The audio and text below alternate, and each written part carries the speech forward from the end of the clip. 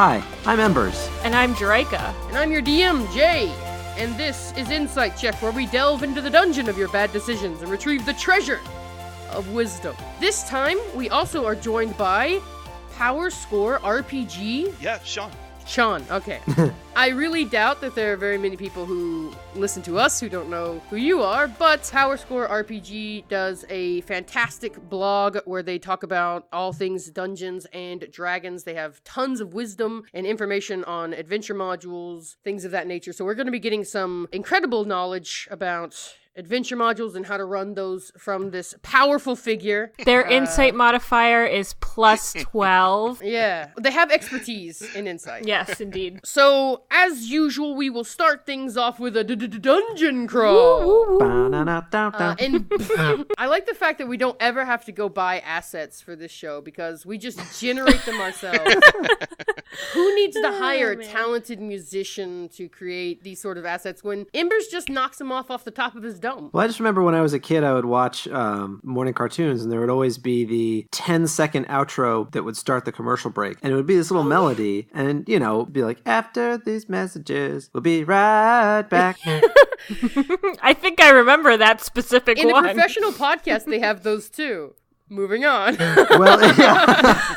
If I ever see one of those, yeah, I'll watch for it. So, my dungeon crawl this week is a little bit weird. It is an augmented reality game, an ARG, run by Wizards of the Coast in, I suppose, preparation for Stream of Many Eyes, as well as their new product that they are announcing there. Just some D&D. It's nothing special. Yeah. It's just some D&D. So basically, in the first announcement of Stream of Many Eyes, which is a big stream that's coming up, get hype, they announced with a Morse code this hashtag, no stone unturned, which turns out to be a reference to an old game about Undermountain with Xanathar. It was a phrase that was outside the Xanathar's lair. So already we've got our first reference to Xanathar. The ARG itself has consisted of, as most ARGs do, a series of clues that lead to more clues that lead to more clues. That eventually unravel to produce something. Right. We're in the clue gathering stage. Right. So I think the first one was a riddle with a series of items that unwound to lead us to a Twitter account, which led us to a Yelp page, which reviewed both game stores and wineries. The game stores people went to and got thumb drives that had coded messages, and then the wineries had a very much more complicated code, which, when unraveled, revealed a secret message, which basically told you how to decrypt the other code. And then all the monster names are still being gathered, so we don't know exactly what those monster names will lead to, but it's currently in process. It's been really fun watching people puzzle these riddles out. It's been crazy. So I believe the Twitter account that most of the clues are getting bounced to is Immortal Fortress, but the 4 is the number 4. Immortal Fortress. That is supposedly a person from Faerun contacting us via Twitter somehow. So where are these wineries and stores? They're all over the country? All over. Really? Mm-hmm. Yep, and people had to actually go to all the game stores to get the clues, which was kind of cool. It kind of blended that real-world element in there. I have heard nothing about this. This is crazy. The meta-narrative appears to be that Elminster hid a powerful stone in our world, and he hid it with someone from Faerun, but they've forgotten that they're from Faerun. So they think they're just a normal person. Oh, dang, that's cool. Really? Yeah, so this Adam Glover, who's going around reviewing all these places, is actually from Faerun. Oh, really? Yeah, and so they're trying to activate his memories and find this stone, because apparently this stone is going to be vital to the survival of Faerun here soon. Well, you got to keep it away from Thanos, too. That's really important. It's true. I thought the stone thing was very topical. Yeah, exactly. It's like there's this big stone theme in pop culture these days. Yeah, listen, everybody's getting stoned. That's the important Everybody loves powerful rocks and the demigods that wield them. That's really powerful weird. rocks and the demigods that wield them. Wasn't that the theme of Moana? Are we going that far back? Oh my god. Wow. I'm not wrong. Find the line. I think that's enough about No Stone Unturned. You should check out the hashtag if you haven't yet. A review over some of the cool clue hunting and gathering that's been going on. But yes, Embers. Yeah, so dungeon crawl. I haven't really been doing anything in my personal or professional life other than working on a particular secret project that is heavily intertwined with, one particular flavor of celebrity D&D stream/podcasts. There have been a few people on Twitter, myself included, who have sought to tarnish their personal reputation and timelines with raps, I guess you could say, that are inspired by and are all odes to the Acquisition Incorporated offshoot of C-Team, which is Amy Falcone, Kate Welch, Ryan Hartman, Chris Straub, and Jerry I've never Hawkins. heard of that before. I don't know what that is. I mean, I wish I could believe you. I think that the people... I don't think anybody on this podcast or who watches this podcast has ever heard of the C-Team. No, couldn't be. If only it were true, I'd have such amazing things to share. But instead of that being a reality, instead of those amazing things to share, all I have to share are really, really hokey raps about D&D characters. Listen, on the first stream. of all, get off this humility thing because these raps are killer. Well, You're anyway. dropping some killer tracks. I This will is my say- summer jam. I appreciate it. I will say that our posse includes Lee Pacheski from Canada, Aki Grimes from this stream And from our Canada. last episode. Yes, indeed. Loic from Sweden, Kika from Seattle, and three... Kika?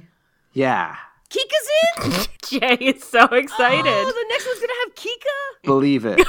Oh, Well- I'm so here for that. There may also be special guests that I cannot name. Ooh. Wow. And But you're all lovely, humble humans, and you do great work, and even more work, news of even more work is super exciting. And Kika joining the crew. Well, and I will just say that there are 2 artists attached to the project, both of which are incredible, and I'm very excited by, and have both shared their first draft product, because the end culmination of this is going to be a piece of tangible media. Oh! Old school. And I'm very excited about it. We're all very excited. Thank you for hinting about your secrets. I have 2 dungeon crawls. 2? Yeah. Yes. Why do you get 2 dungeon yeah, crawls? I realize I'm breaking the rules. For the price of none. Yes, indeed. For the price of free. So the first one I'm going to touch on briefly because we're probably going to talk about it a little more later on. Yeah. But I was lucky enough to join Haley in her running of Sunless Citadel, which is a Wizards module from Yawning Portal. Wait, what?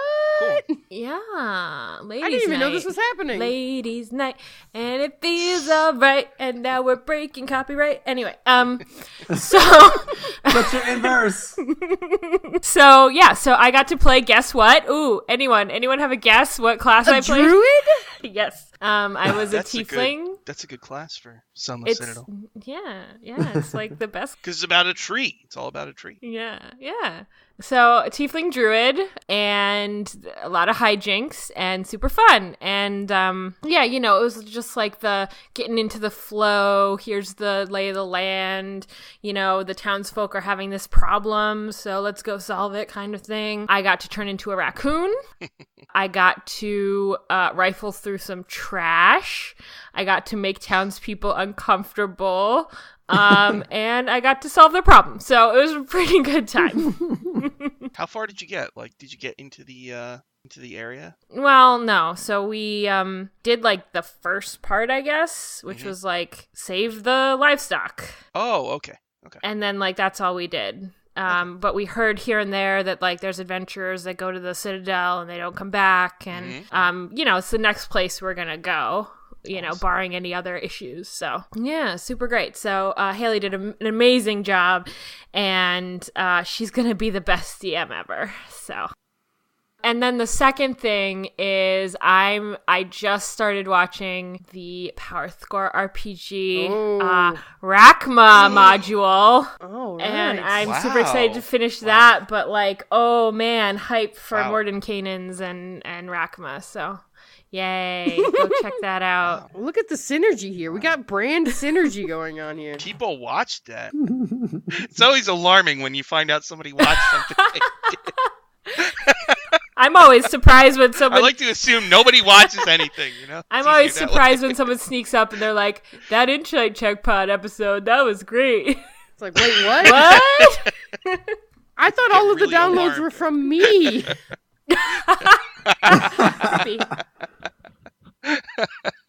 Speaking of things that PowerScore makes, just finished up Tomb of Annihilation. So if you're hungry for some content, and he ran it the proper way, he didn't skip half the dungeon like I did. So you can actually see how it's intended to be played on that wonderful stream that just wrapped up. A bit of a difficult ending. I mean, you know, not everybody, as they do in Tomb of Annihilation, not everybody makes it down alive, but it ended all right. I'm going to talk about it. I have a million things to talk about. Well, welcome to the dungeon crawl. All right, just tell me when I have to shut up, okay? All right, so Tomb of Annihilation, yeah, I ran the whole thing. We just finished it, and what I've noticed online, I don't know if you guys have seen this, but it seems like a lot of people start it, but not a lot of people get all the way through it. That dungeon is a lot. A few other people started streams the same time I did, but they haven't posted anything in a couple months. Mm-hmm. And that kind of jibes with my normal experience. I used to run games in a game store like a lot. Mm-hmm. And what I noticed was a lot of people start a campaign, but not a lot of people finish it. Most campaigns seem to die within about 7 or 8 sessions, which it's like depressing to me. I would agree, yeah. And it's like really nice, because D&D is like my life, right? So over time, I was able to kind of figure out the things to avoid to make sure you get your campaign done. I really am happy that now I have the whole tomb out there, so other DMs can. Well, first of all, I can write down the things you have to avoid. That things that could ruin your campaign and the rooms that are hard to run. And then they could also watch me run it, and that you don't, because, some people like me, I have a hard time reading, and so I would much rather watch somebody run something, and I would learn better that way than reading I remember it one on particularly difficult room in the tomb for me to understand was the one where they had the diagram of the ogre in the twisting room. Yeah. The way the two gears intersected, and it would reveal different. Yeah, that one visually, I could not visualize that at all. I could not understand that mentally. I mean, I have to sit there and literally go through to prepare the adventure. I have to have a piece of paper and a pencil, and I have to write notes as I go. That's the only way I'm going to retain anything. Oh man, So I can't tell you how many times I referred to your notes on Tomb of Annihilation when I was running it. Like the shop names, the locations, the important NPCs, just being able to quickly search those and parse them was so valuable for me. I guess that's what I'm best known for is the guides that I write. They're on my blog, and they're on the DM's Guild in PDF form. And when I was running Tyranny of Dragons, it just kind of hit me like I should put these notes that I'm making on the internet. So I did, and it was like a huge thing. And so over time, I've realized that it's funny. They need to change the way they make these adventures and present them, I think.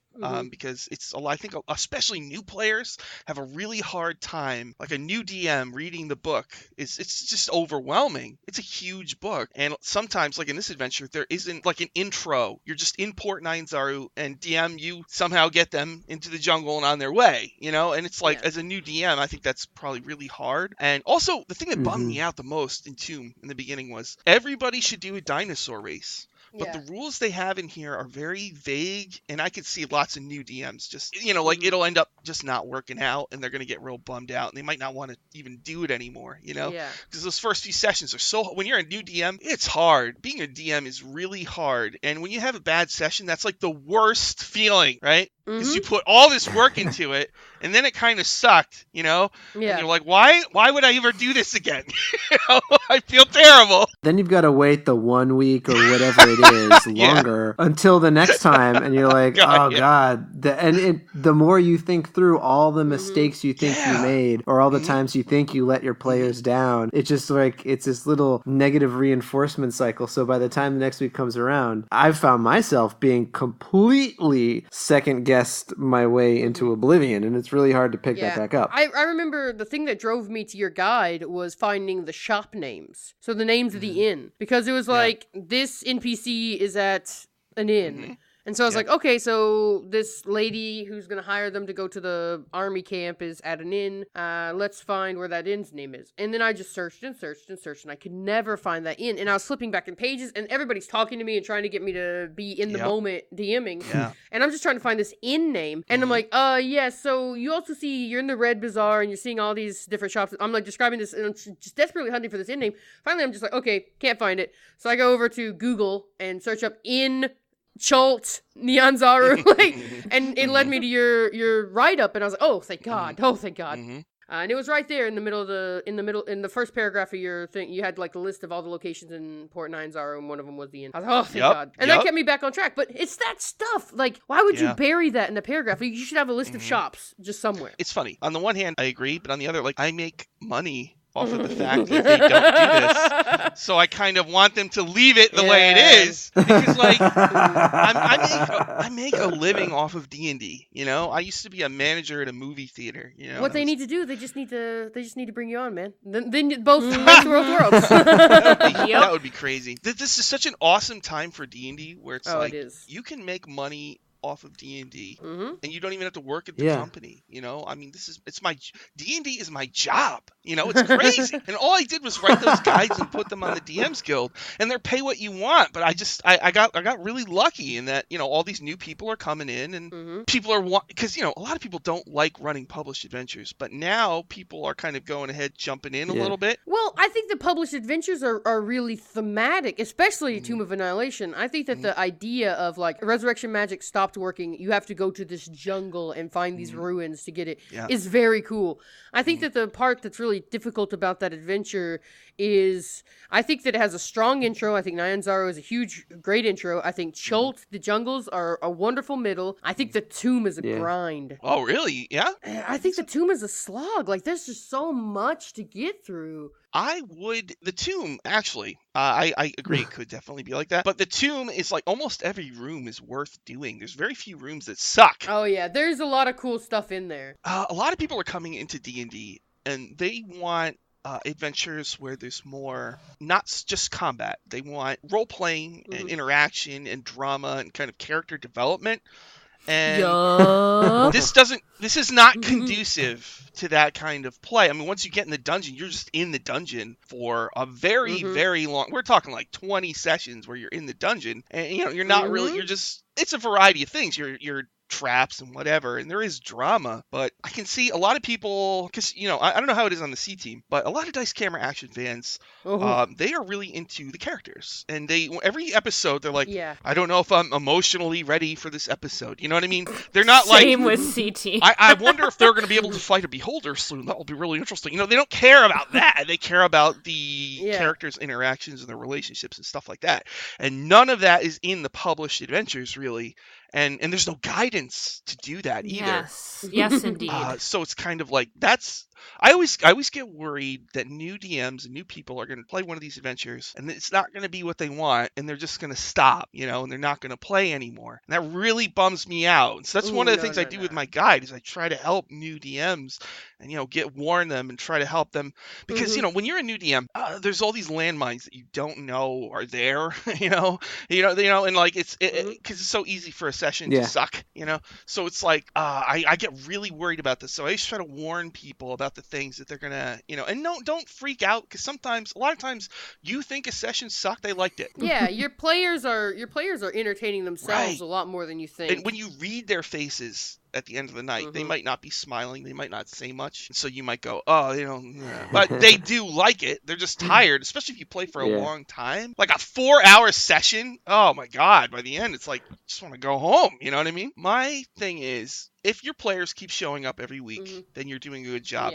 That's really, to me, what it comes down to. Because if your game sucks, they are going to stop coming. They're going to go, and they're not going to tell you it sucks. They're just going to go, I can't make it this week. Oh, I got work, you know, or my schedule changed. I'm not going to be able to make it. Nobody's going to dedicate 4 hours to something they don't enjoy.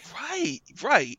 So that's what I always try to tell people. If your players keep showing up, you're doing a good job. So don't worry too much, you know? Don't psych yourself out. Yeah. Because, it's never what you expect. In your head, before you run your first game, you imagine what it's going to be like, and it's nothing like what you thought.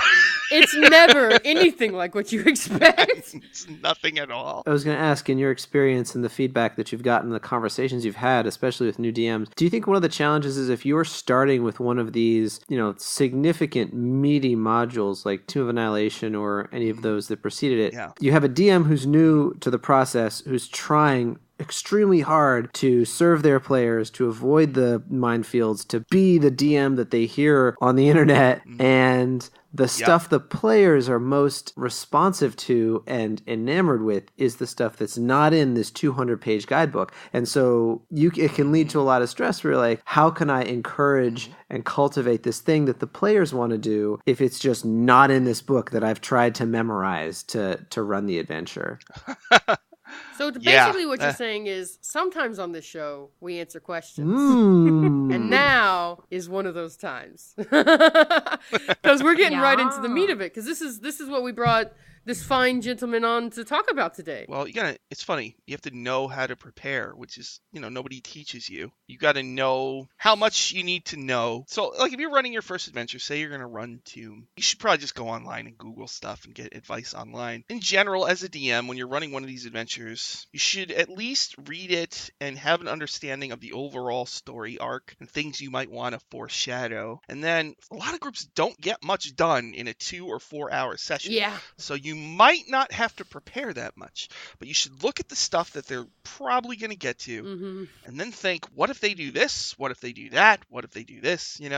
And kind of plan for it to go off the rails so you're ready for that and you don't freak out or try to force them to stay the way that they're going. Because in the end, all you have to do is get through that session. And then when you know what they want to do for next time, you have a whole week or 2 weeks or whatever to prepare for that. So it's a real panicky kind of feeling when, you read this thing and they're going way off the rails. There's an old Chris Perkins article during the 4th edition days. He wrote a column called The DM Experience, and he wrote one article about that. He says a DM is sort of like you're on a stagecoach and the DM is trying to get the horses to go in one direction, but everybody else in the coach wants to go way over here. So basically, you have the reins, but you're going way off, and you're just trying to get them back on track. But here's the bottom line. If you have players who know you're trying to run Tomb of Annihilation, and they're just trying to go off and not do the adventure, you probably don't want to play with them because they're just screwing with you on purpose. That's really what it comes down to. Yeah. A lot of D&D is you gotta pick your players really, really carefully. One bad player will ruin every campaign. It just takes one, and there's a million different ways it can get ruined, And the main one is just people don't say anything to the person. They keep putting up with it, and it just makes the whole game unpleasant. People start dreading coming, and the whole thing falls apart. So you got to pick your players really carefully,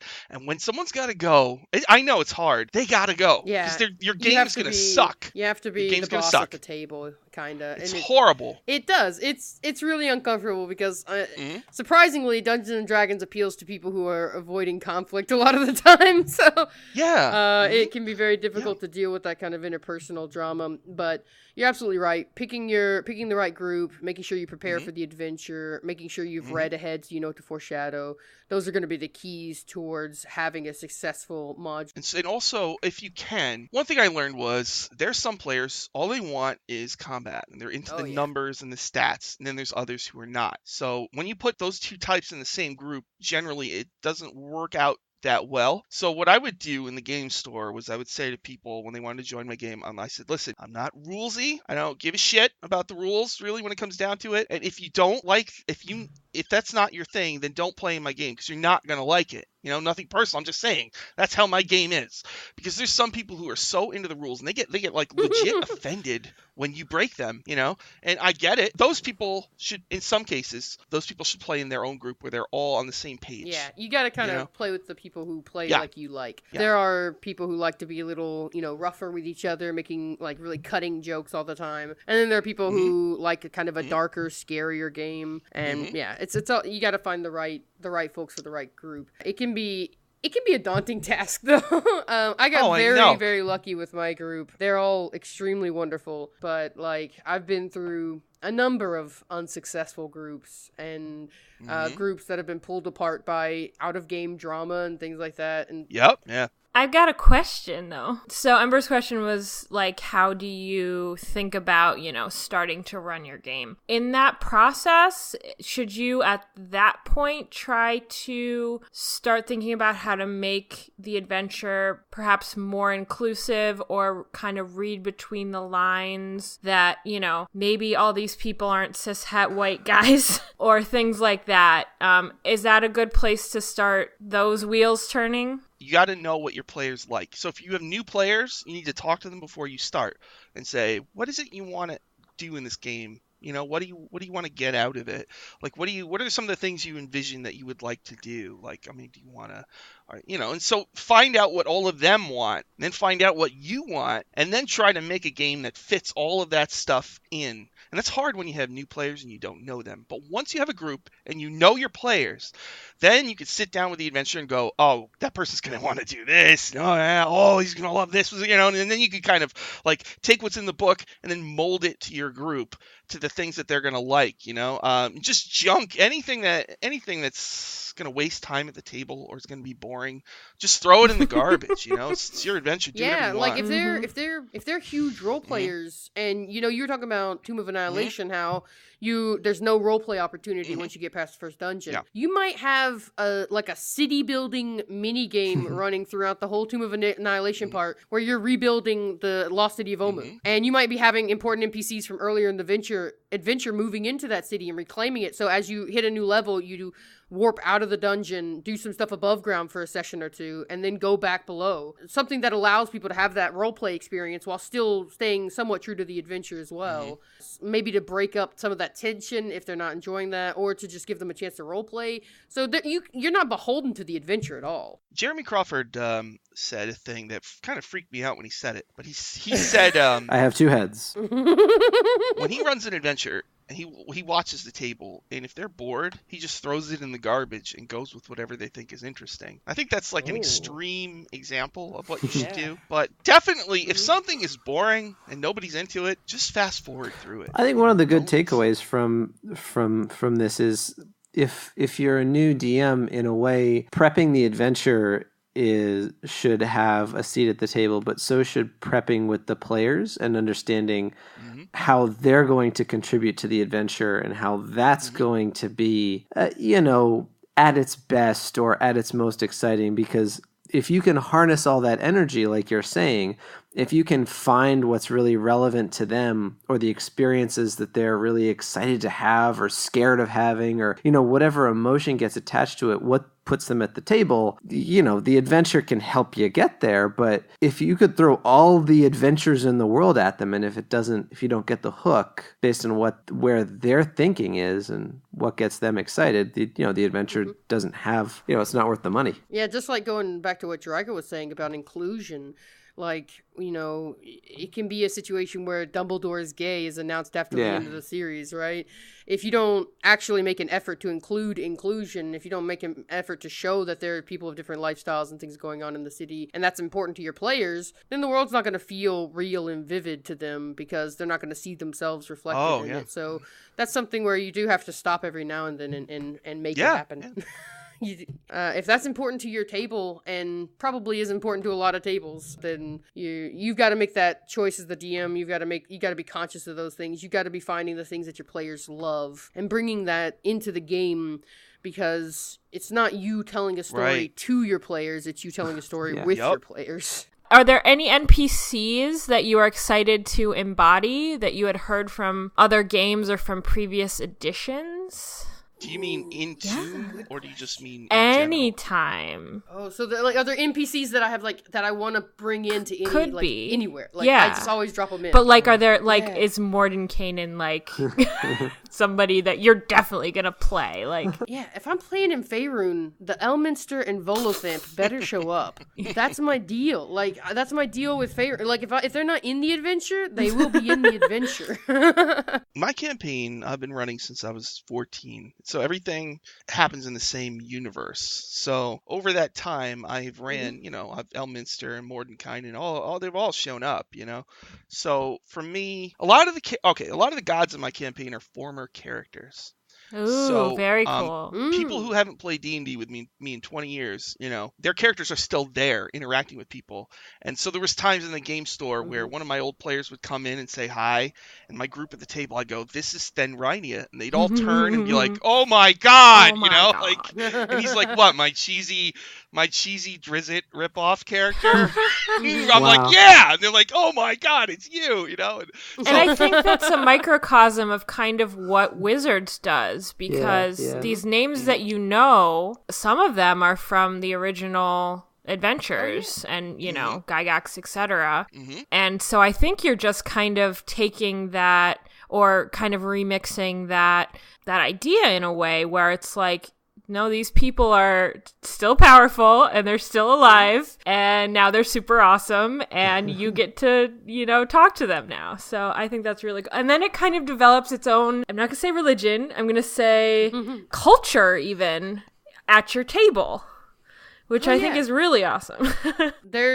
I think in my last session, I actually did this where I referenced a character who had been in a previous campaign, and the game stopped for a second as everybody tried to figure out which game he was from.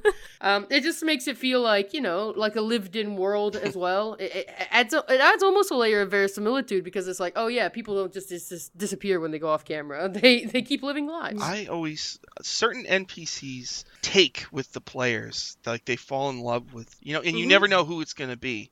So it's kind of like you sit down and you come up with these NPCs and you're like, oh, this is going to be great. They're going to love it. And then they're just like, yeah, whatever, man. Like I had a talking watermelon that I just kind of made up on the spot, They freaking loved him, because he would heckle them when they would walk by. I wonder how often the on the spot ones are more interesting. Anyway. I think that happens more often than you'd think. I think that's because you're in the room, you can feel the mood, and you get a sense of what's going to work better than when you're in your room alone. Heckling watermelon. Who knew? Yeah. I had a little sewer goblin in my first session of my new Friday game, and he was just, he had a weird voice and a weird aesthetic. He liked to stand on the roofs. His name was Lodrak, but he liked to be in high places. And that was his whole shtick, is he was just a little goblin who lived in the sewers, and his whole role in the adventure was just to tell them a little bit of information about what's been going on in the sewers. But they keep visiting this character the whole time they're in town, and I'm like, all right, sure, the little sewer goblin's gonna be your buddy, fine. Yep. And that's stuff you can't... Like yesterday, I was running Dungeon Academy, and I'm running this old adventure from Dungeon Magazine. It's like the prequel to the Temple of Elemental Evil. So there's a room where there's a flesh golem in it, but the description just describes him as kind of like a hunky guy, I guess. And the group got really pumped up about it, and so I'm like, I could immediately, you could sense it. You're like, okay, they like this guy, so let's zoom in on this guy, right? So I said, all right, well, Frankenstein's monster. What's not to love? Right. So I said, okay, so he's got body parts of really good looking people, so like if you could pick a celebrity, what would the head look like? So they proceeded to assemble like a Frankenstein out of like Henry Cavill or whatever, and Zac Efron and Chris Hemsworth, and he has the hair of Fabio, but it's black. I don't know. There you go. So Fabio's hair, and so they like took the scalp off of one just because they like the hair. That's something. That's extra. 2018 is the year of the scalp in D&D. Oh God. Yeah, like 40 minutes of the session was devoted to, seducing this flesh golem, and like just, and it's like you're not going to know that until you run the game, but it's like you kind of have to hone your instincts and know when something, they have interest in it, focus in it, because the whole point of the game is to have fun. So when you find something they enjoy, use it, and get what you can out of it, and then, but don't, and that's the trick, is like to know when to stop, and not overexpose it and ruin it, so it's very, it's like a delicate thing, but. Matt Colville gave the best advice that I've heard about planning an adventure as far as how much time everything's going to take, and he basically said, You should expect any encounter to take 30 minutes, and an encounter is any specific event that you want to occur in a night. So if you want them to go to the market, you plan 30 minutes for that. If you want them to go to, if there's a trap in your dungeon, that's an encounter. That's 30 minutes. If there's a monster, that's an encounter. That's 30 minutes. And then if one runs long and the other runs short, you'll kind of have a loose idea. And then you drop 30 minutes off the end of whatever your session length is. So there's going to be one thing that runs super long. And so you can, so in a 2.5-hour session, for example, you would plan about 4 encounters, roughly. In fourth edition, fourth edition had a very set thing where each encounter took 1 hour. So all through fourth edition, I'd be like, all right, guys, come on. We're going to get through 5 encounters tonight, and I was like obsessed. So we'd sit down. I'm like, all right, guys, it's 5 o'clock. We only have till 10. Let's go. Yeah, And so I'm cracking the whip. And like, we're going through the encounters. And I'm like, shut up. Just keep going, So that's permanently burned into me. So through that, I learned how to control the pacing and cut out the bullshit. Like, if the group goes to town and they want to buy stuff, that can eat up a ton of time, and most of the time it's boring. So I totally get rid of that, and I just say, all right, what do you want to get? Look through the book while we do the other stuff, because we only table time is precious, and you don't want to. I don't want to have a session where they don't really do anything, and there's no memories, and nothing really happened.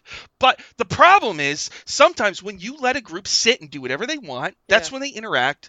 And that's where the character growth comes from. Yeah. So it's a really hard That's exactly what I was about to say. When's the waste of time and when is it crucial? Because you never know which it is. So you kind of have to feel it out, give it a moment, and then like, okay, there's nothing happening here. Let's go. You know what I mean? Or and if there is something that could happen, then you kind of want to help it blossom in some weird way. Yeah, my biggest lesson, and the thing that my players have been teaching me over and over in the Team F game that I run every Sunday. The very hard learned lesson that I'm getting out of them is that I have to let go of the gas pedal. I have to let the car coast at its own pace sometimes. And I want so bad to get to that epic moment that I know is coming if they can just get through this scene. But at the same time, if they're having fun, then that's what the game's about. And if I can't be having fun watching them having fun, I shouldn't be a DM. Like, if I don't get some enjoyment out of just creating scenarios that my friends enjoy, then that's not the right role for me. So I just have to let go of the gas and just let the car coast and just trust that they're going to let me know when they're done with the scene. And you get better gas mileage that way. Yeah, exactly. But it's really hard for me because my storytelling instinct is that this shopping scene is worthless. The scene that matters is 3 scenes down the road, and we need to get to that. But they're telling me something completely different, and I got to listen to them. There's probably some masterclass like judo black belt stuff where it's like the key to being a DM is to let your players drive the adventure. Oh, I'm sure there's like a Zen of D&D opportunity somewhere. Yes. You gotta, it's a push and pull though, because you can't let them completely run the adventure, because if you do, then you'll have 3 players who really are into that shopping scene and will go for 3 hours, and the other 2 players are sitting there like, holy God, kill me, you wasted my entire night, I want to be fighting an ogre. Like, so you gotta find that zen, that right balance of push and pull. And a lot of times in D&D, you'll get a group where no one steps up to the leader role, so any decision is like agony, because nobody wants to make the decision. And you'll have everybody will just sit there and look at each other, and nobody will but nobody wants to step up and say, okay guys, I think we should do this. And that's one that really will eat a lot of time, and it'll make the session can get real lame, and that's so tricky. The critical role conundrum. Oh really? A little bit. Critical Role doesn't have a group leader really ever. They're all pretty, so they can spend a lot of time debating what action to take. And because they run a 4.5-hour game every week, they can afford to spend a lot of time debating.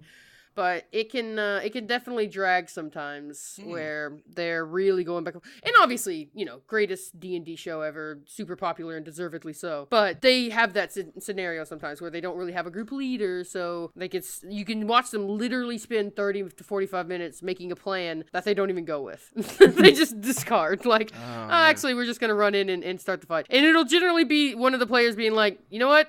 We've talked about this too long. I'm running in. Yeah. So I definitely see that happen. I mean, I'm at my own table as well. I wouldn't say that Team F has a leader, but because there's only 4 players and they're generally pretty simpatico, they don't tend to argue too much. It's mostly when things get real specific. Like I how know do we who wanna the leader trigger this is. encounter? Who's the leader? Fia. Oh, I guess We would kinda. all die for her. I think that's true. Fiona has become sort of the beating heart of the team. I have streaming questions. Yes, that's what I want to get to as well. So let's go. Cool. Jarika, go for it. So the first one, I'll float these both at you, but the first one is, do you have advice for standing out in the flooded D&D game stream environment? Oh. And because you stream, do you make changes to the adventures that you run to take that into account? I started doing on YouTube these best of compilations where I would just tell people, send me clips from your shows, and I'll put them on this thing. And it's because there's a lot of people running shows and there's no viewers, and it's not because the show sucks. It's because it's 2 hours long and nobody has time to sample it. So if you can send me a clip that people can see and they can see all of them together, they can pick the one they like and go see it, so they know it's out there, and then they can see, oh, I like this, I want to watch it, because I feel like there's a lot of people running shows. That is a radical idea. I did not know that you did that, and that rules. Well, what happened was I did it twice, and it was like I got a ton of clips, so it's morphing into something else that I'm not allowed to talk about yet, but actually in a week or two we're going to do the first one. If you talk about it, you're going to get in So trouble. a week or two should be now. around the time this launches. Yeah. It's like Sunday, not It'll this be Sunday, next but the next Tuesday that this show comes out. So Sunday. When will Sunday. then be Sunday. now? So, Yeah. if we can look So at the last date Sunday, this launched. this should be a thing where everybody, I don't care if you have 0 viewers or whatever, everybody can get exposure and people can see you and what you do, because that is a big problem. That rules. Because there's a few shows that everybody knows. Yeah. But then, I mean, even on the D&D channel, like I have had no time to watch Maze Arcana or any of I like the Dragon Friends. Trapped in the Birdcage, I kind of went out of my way to watch, but and then like Anna's show, Lost Mine, misclicks. I want to watch it, but it's just there's only so much time. There's so much misclicks at this point that Yeah, there's a So lot. it's like- You're right. Honestly, though, from what you're describing, I would go out of my way to watch what you're describing, not necessarily to find a new cast, but to see happening. like just this teeming mixing pot of people taking different approaches and different group dynamics. Yeah. that Yeah. rules. It's That even is a different perspective at that point. Yeah, that is a super cool idea. You've struck onto something that's really interesting. As far as running, changing your game to run on a stream, I haven't had to do that because I played.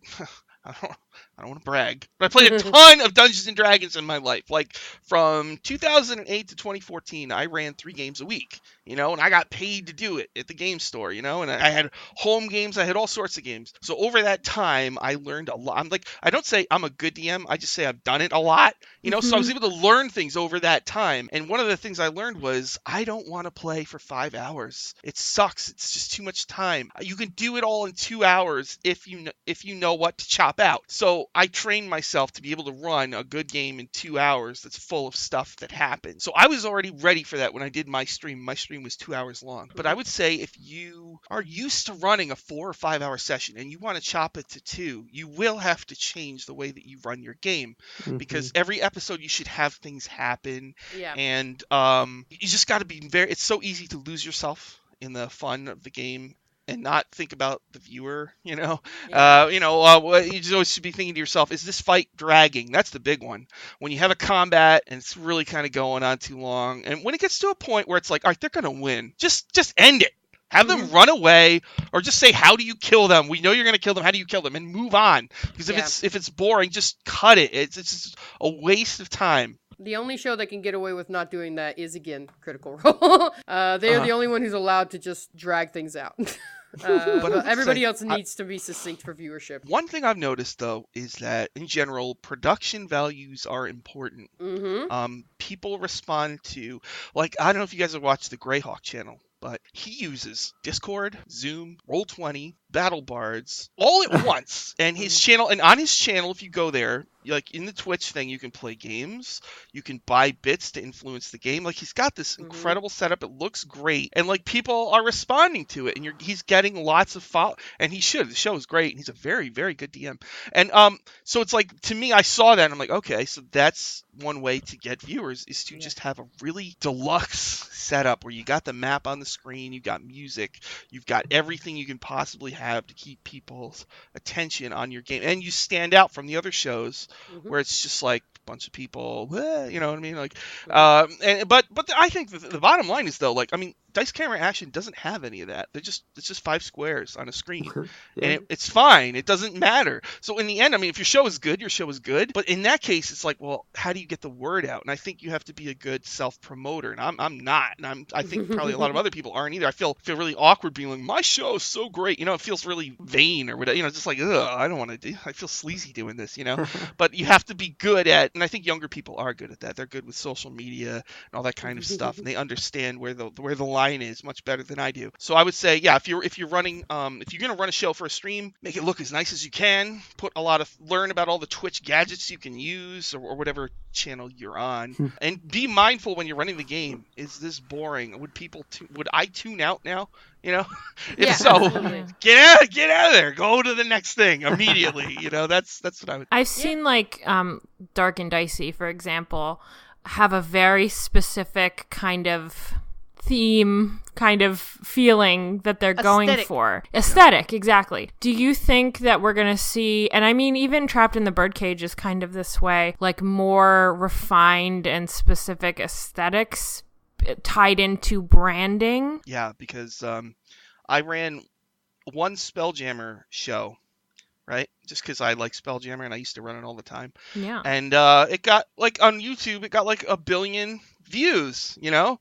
And it's like, why? You know? What happened there? It's because there is no Spelljammer out there. People have heard about it, but they're not seeing it. So when I did that, it was like, oh, wow. So I think, yes, if you find a thing that nobody else is doing, like nobody's doing Alkadim. I love Alkadim. And there's not a lot of Greyhawk. I think that's good for the Greyhawk channel. There's a ton of Forgotten Realms. So if you pick a setting or a thing that nobody else is doing, like, I shouldn't even say this out loud, but Shadowrun. Somebody should do a Shadowrun show. Shadowrun is so freaking cool if you can figure out the rules. There actually is. Yeah. I believe there's a Shadowrun show on HyperRPG. Oh, okay. Yeah, they do an interesting take on it where HyperRPG, you know, they're all about interesting ways to monetize content.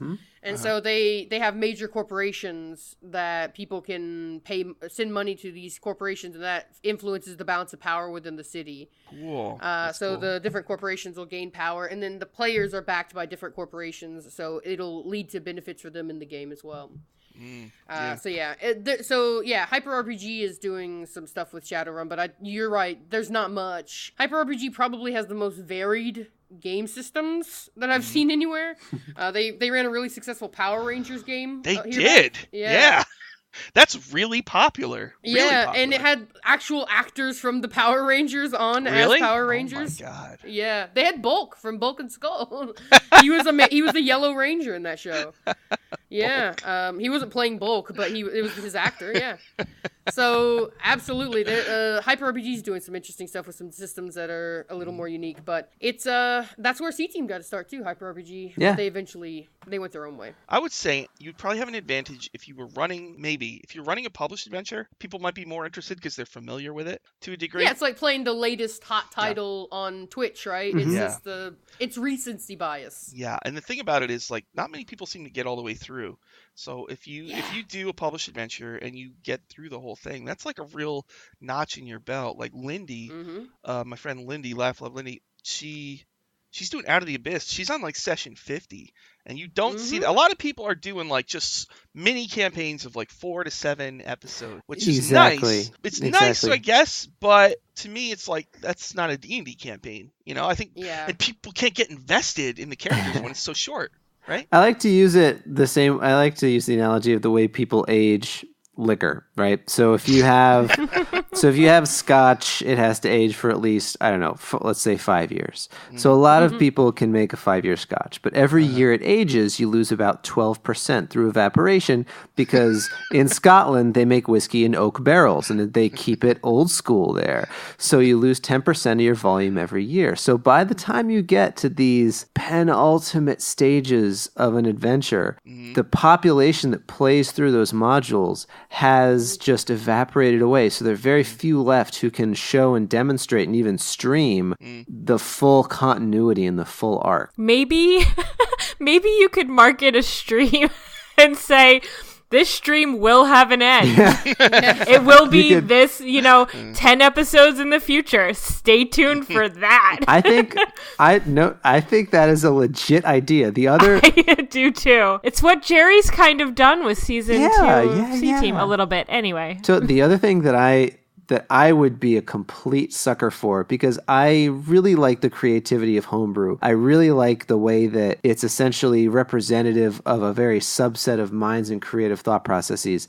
But oftentimes it's a big divergence from the published works. So what I would crave is someone who took one of those little side quests or one of those little asides in Port Nyanzaru, or, name your campaign, and just built an arc around that. Perkins does 50 episodes a season, and then it's done? Oh, he's doing 30. He did. Oh, is it 30 episodes a season? Okay. But he has a specific number of episodes each season, and he knows when it ends, right? So he has that beginning, middle, and end built into the actual story by default, because he knows when it's got to be done.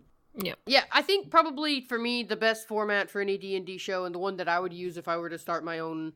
God knows we need another live play D&D game in the world. But if I were to do my own actual play D&D show, it would be like the Adventure Zone, where there's 7 MacGuffins of power.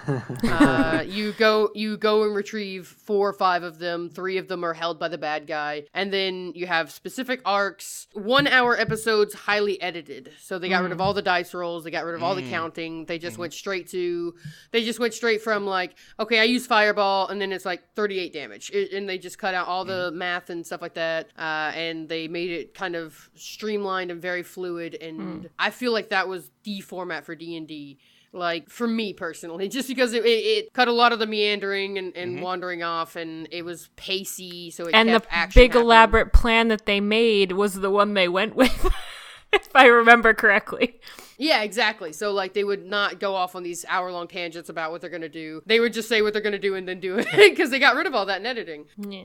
And then it had an arc, and it had an ending, and it was beautiful and moving and emotional and a perfect show as far as, like, coming to a proper resolution. # perfect show? That's an interesting statement. Well, I just think it was, like, it had the correct arc, right? Like, it had the shitty heroes at the beginning, became heroic and big and epic, and then had that big fall at the end, and then rising action again to the climax. It had that arc. I would say also when you're talking about a show being popular, I think we're in a time right now. There was the first wave, right? Critical Role, and then Dice Camera Action and C-Team. Yep. Now what we have is the slow rise of all the other people out there. So I think that if you're doing a show, don't stop. Keep going, because a lot of people are going to drop out, and I'm seeing the views go up on my friends' shows, or just all these people that I've been keeping an eye on. It's very slow and it's very gradual, but it is happening. And also, I would say if you are doing streams and shows and stuff, try to appear on other people's shows. And kind of it's a weird way of networking in D&D, but that's I've met a million cool people just by being on different shows, and then we're all together, and it's like right now we have this awesome pool of people and we're all helping each other grow. Like we all host each other on our channels, and plug each other. And only the strong survive. And like bring them in as a guest star on your show, and they plug their show, and all together, like we're all have fucking fun with it. We're all kind of creeping up just little bit by little bit, and it's a lot of fun. It's a great time. I think the greatest advice as a creative that was ever given to me was just like, you have to in order to be a creator, you have to create something. Yeah. You have to stop talking about creating something and actually just go and create something. I mean, whether that's this podcast or whether that's, your live play D&D show, or whether it's writing an adventure module, you have to start and finish a project and just keep doing that, and eventually you're creative. Yeah, I say don't get frustrated if you don't get views. I mean, it just takes so long. You're not gonna. Like, not for a while. You have to earn it. When I started my blog in 2014, I would get like 8 views per day. Yeah. And I would most of them were me checking my blog. But over time, it took years, but it got bigger and bigger and bigger. And it was such a nice, satisfying, growth thing. I mean, if you're doing something you love, then you can be patient with it. And also, I think, though, if your show is not growing, you need to take a real objective look at your show, and be real critical and just be like, all right, what do I need to change? What do I need to chop? And chop it, and just if you make I think if you make yourself better, right, the show's going to be better. So, and we're all trying to improve anyway, right? So bottom line is, if you have a show where your players are laughing constantly and they're super into it and they love everything, people are going to want to watch that, So and keep doing it. Yeah. You'll yeah. But that's the hard part. Yeah, and don't start streaming thinking you're going to be Critical Role. Just you should set realistic expectations for yourself. Not everybody has to do voices. Most people don't do voices, and that's okay. You're not going to have 40,000 people watching on a 4 a.m. on a Thursday. Set a goal to have fun. Yeah. Exactly. Do it for the love of doing it. Right. Yes, and I think that people will see that energy. I see it on C-Team all the time. Kate and Chris love each other, and you can tell, and they're having so much fun being goofballs that they don't necessarily care about anything else at the time. And that's actually really, engaging. Absolutely. Yeah. All these streams that stop midway because they're not getting enough viewers, to me, it's just well, you didn't start with the right mindset. Yeah. If you started hoping to have viewers, then I think that's not realistic, unfortunately. Not every show is going to succeed, but if success is just having one person who tunes in every week and checks you guys out and enjoys your show, that's success. That is a success as a DM. You have entertained someone, not just the people at your table, but someone else. And that success, if you're in it for just that, then eventually you'll be really successful because you'll have the right mindset. I read a Will Smith quote on Twitter Ooh. once. He's a wise man. Yes, and it really stuck with me. Drop it on us, yes. Right? He's like, if you're going to build a wall, don't think about building the wall one day. Every day, just lay one brick as perfectly as you can. And that stuck with me, and that's what I do. Every show, I just do the best show I can, and I don't try to get overwhelmed by the big picture stuff. And the bottom line is we're just playing a fun game, so whatever, But yeah, so that mindset has worked really well for me, because that's how it went with my blog. It went from absolutely nothing at all, and I just creeped my way up, and it was really fun every step of the way. It was oh, this is cool. I'm a little bit, you get a little bigger, So it's just awesome. It's just awesome, So if you love D&D, then just do your thing, and develop your own style. Every DM's got a different style, Don't try to. Well, I guess if you're good at it, copy Matt Mercer. But most people shouldn't copy Matt Mercer. Do what you do. Focus on what you're good at. I think a lot of people would fail copying Matt Mercer. Right? Yeah. Me, for example. But there's so much to learn from him, even if you can't copy him. There's so much to learn from him and other DMs. Honestly, I don't think there are any good DMs out there, period. I definitely include myself. Nobody is able to do. There's too much multitasking in D&D. For anybody to do it all at once when you're a DM.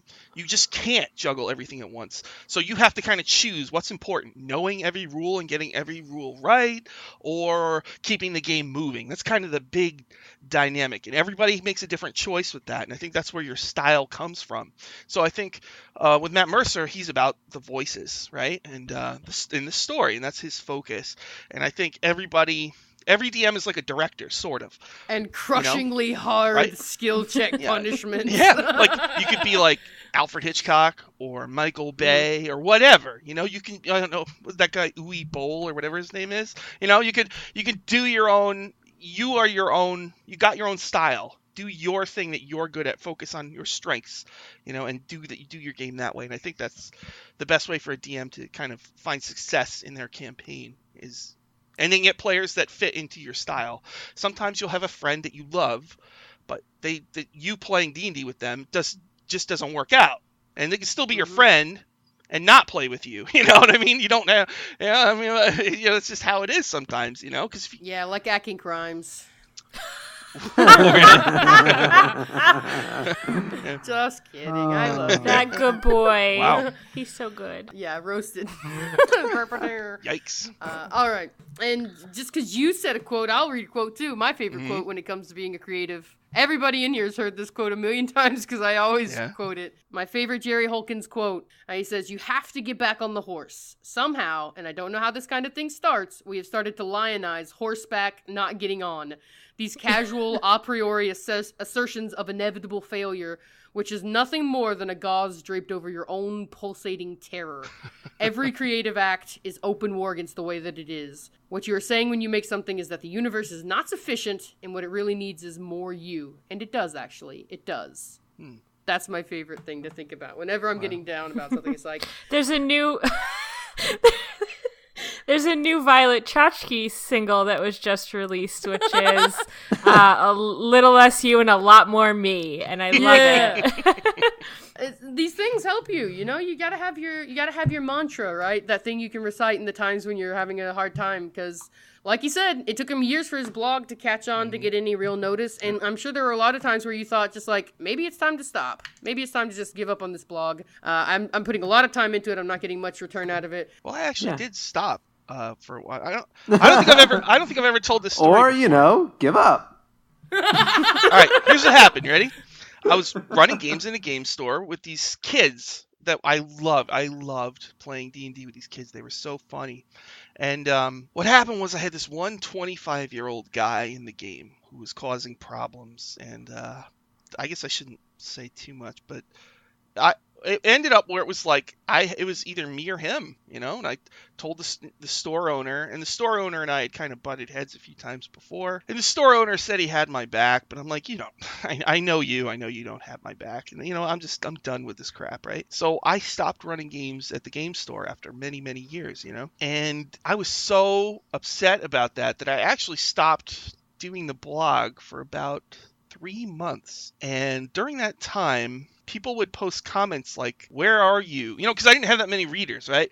So it'd be like, "Where are you? Is he dead? I'm getting worried." Like, and I didn't see these for those months because I didn't even look at the blog, you know? But then I saw them all, and I'm like, oh, damn, wow, you know? So then Curse of Strahd came out, and I wrote the guide to Curse of Strahd, and that blew up. Like, freaking Curse of Strahd is like, people love that adventure. Like, it's insane. Like, anytime I have Curse of Strahd in the title of a blog post, it's like an explosion, you know? To this day, right? It has such a strong theme, and it's so different from what you normally find. So I went back, and that's when it really totally blew up. But I did almost stop just because of a problem player, all because of a problem player. Well, I think there's so many lessons here. Like the lesson of finding something and sticking to the components of it that best reflect you and your passion, which you love, making it less of a chore, less of a side job, less of a struggle, even though it can be a struggle and creating can be a struggle. And then, in the instances where sometimes you have to step away, it's okay to step away. You don't have to feel like you're chopping your head off to do it. You can come back to it. You can always reevaluate. Like, I feel like a lot of people who are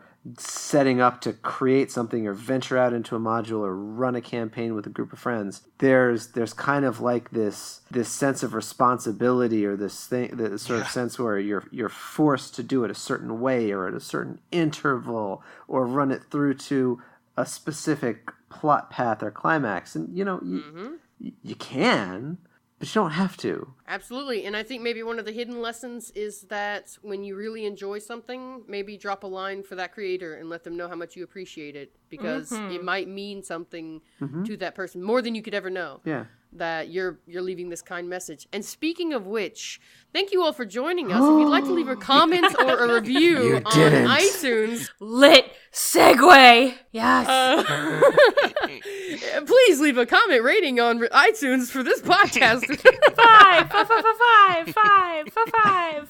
No, but seriously, it's been so much fun having you on PowerScore. I really appreciate you coming in. I hope that in the future we can have you back sometime, because I don't think we scratched the surface of what all we can talk about.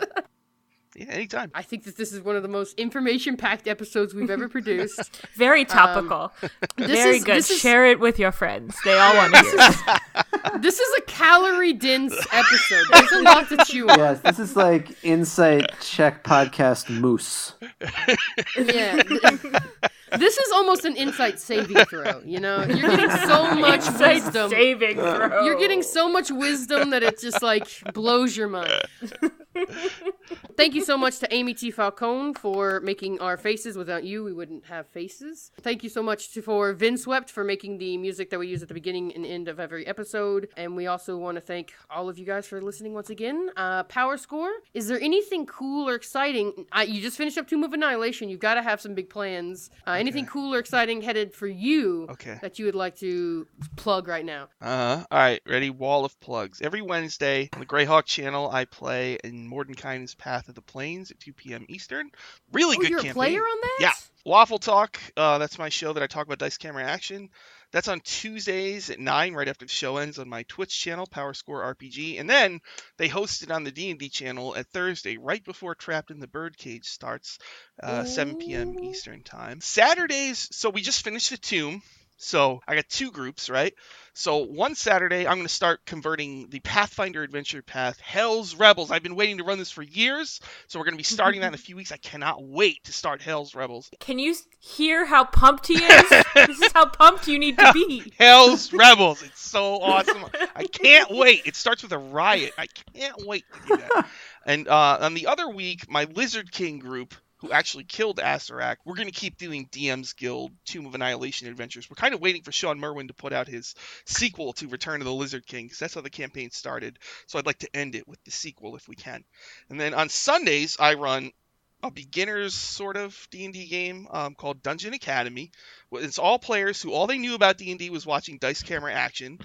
And we're playing the prequel to the Temple of Elemental Evil, and then we're going to, once that's done, we're going to go into the Temple of Elemental Evil. The first edition version, I'm going to convert it to 5th. And that's on my channel, PowerScore, 6:30 Eastern time every Sunday. So, yeah. Consume this luscious content. Yeah, so, and also, my blog, PowerScoreRPG. And on the DM's Guild, I sell products, Miracle's Guide to Devils, the Tomb of Annihilation Companion, and the guides to all the adventures. Those are on DM's Guild. Just look for Sean McGovern. You'll find me. That's it. And I highly recommend his guides because I would not have gotten through Tomb of Annihilation without it. So I can vouch that they are quite useful for quick access to useful information that maybe the books obfuscate a little bit. So yeah, it's a wonderful supplement if you're going to be running one of these adventures. I mean, you've already dropped $40 on the book. You might as well drop a couple bucks on a guide to the book, right? It's pay what you want. You can get it for free. I'm not going to kill myself. Exactly. But no, pay at least $1. Come on, guys. Sean worked very hard on these. All right. And with that, I think that brings us to the end of Insight Check. Answering your cues from our collective A's. This was Insight. Check. Yeah. Nailed it. Very good. Very good.